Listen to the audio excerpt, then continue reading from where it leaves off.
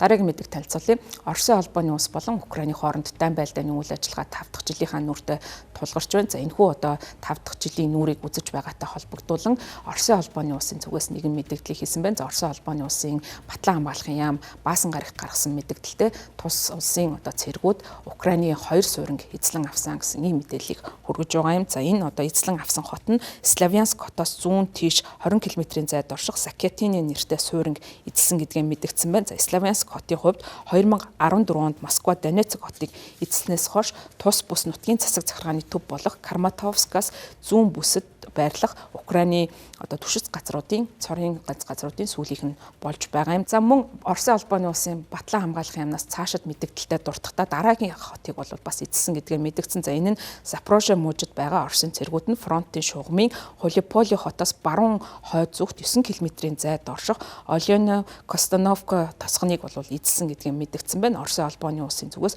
өнгөрсөн сард уг хотыг эзэлсэн гэж мэдэгдэж байсан бол тухайн үед Украины засаг захиргааны зүгээс энэ мэдээллийг үгүйсгэж байсан юм.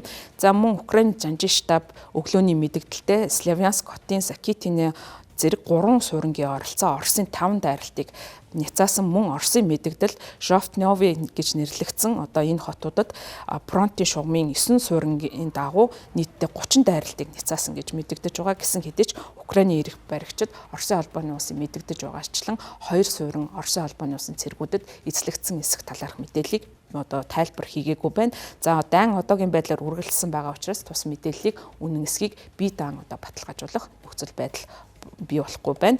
Украины ерөнхийлөгч Зеленский нэм гарагт бас мэдээлэл гаргасан. За Оросын холбооны улсын зүгээс Украины цөмийн байгууламжрууд руу дайралт хийхэд бэлэн байгаа гэж мэдэгдсэн. За энэ одоо дайралт нь Киевийг эрчим хүчний сүлжээний хувьд хямралд оруулах гэсэн ийм оролдого гэж үзэж байгаа юм байна. За Украины ерөнхийлөгч хэлэхдээ Оросын холбооны улсын цохилт бол сүүлийн хэдэн 7 хоногийн туршид эрчимтэй явагдаж байгаа. За эд дүн өвлийн үед бол энгийн иргэдэд учирч байгаа зовлон зүрдгүүрийг нэмэх зорилгоор эрчим хүчний байгууламж руу голчлон одоо тавталгаагаа явуулж байгааг онцлсан байна. За мөн Украины агаарын цэргийн хүчнийхний мэдэгдэж байгаагаар 1-р сарын 9-нд Оросын холбооны улс Киев болон бусад хэд хэдэн хотод 242 камикадзе нисгэгчгүй онгоц, 26 пуужингаар бөмбөгдсөн. За 16 нисгэгчгүй онгоц, 18 пуужингаас бус бүх пуужингийг устгаж чадсан гэсэн мэдээлэл өгсөн гэсэн хэдий ч Киев, Черкаси, Кироковад, Одесс, Днепр, Львов зэрэг хотыг бол нисгэгчгүй онгоц пуужингийн давталгаанд өртсөн хэвээр байсан. За 4 хүмүүний амь насанд хүрч 30 орчим хүнийг бол үүнээс болж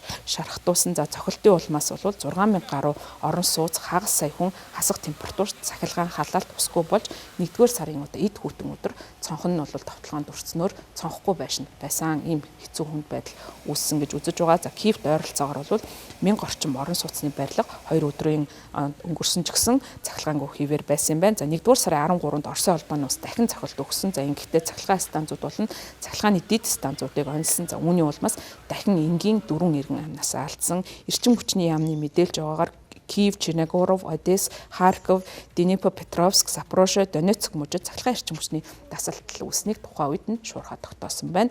Олон улсын цөмийн эрчим хүчний агентлагийн мэдэгдэж байгаагаар 330 кВт-ийн нөөц шугам нь 1-р сарын 20-ны өдөр эвдэрсэн. За энэ цахилгаан тасарсан газарт төрөл гар зогсоох бүс байгуулах зөвлөлт хуулцыг эхлүүлсэн гэж 1-р сарын 9-нд мэдэгдэж байгаа. За Запорожьегийн цөмийн цахилгаан станцын хувьд Европт хамгийн томд ордог дэлхийн хамгийн том одоо 10 цөмийн цахилгаан станц нэгт тооцогддог учраас энэхүү цахилгаан станцтай холбоотой нөхцөл байдал хурцтмал хэвээр байна.